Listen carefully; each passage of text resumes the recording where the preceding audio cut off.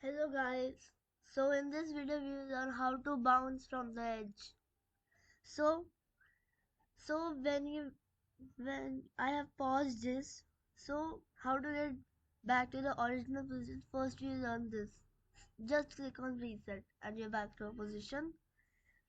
So now to do this, we just go in car.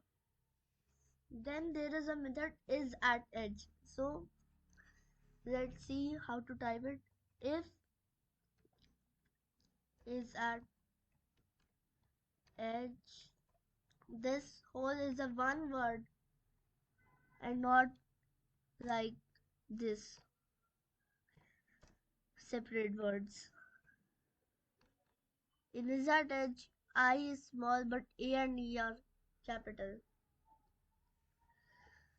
So why have you typed this if? Because it is not necessary that it will be on the edge all the time. So we have typed this if. Then we will put these brackets and then we will write then what you want to do. So what we will do, I I think turn by negative 10.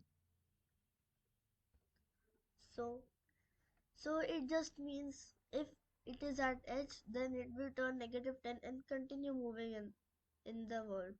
So just compile. Now one more thing is this: why haven't we put a semicolon? Because this is not the end of the line. Because if we put a semicolon, it just means if is attached, then what to do. So we have not put this semicolon and put the semicolon turn negative 10 and then semicolon. So let's compile, close. Now let's see if it works. Yes, it is working. It is just bouncing on the edges. So this is how you can bounce the object from the edge. In the next lesson, we will learn how to move and turn randomly.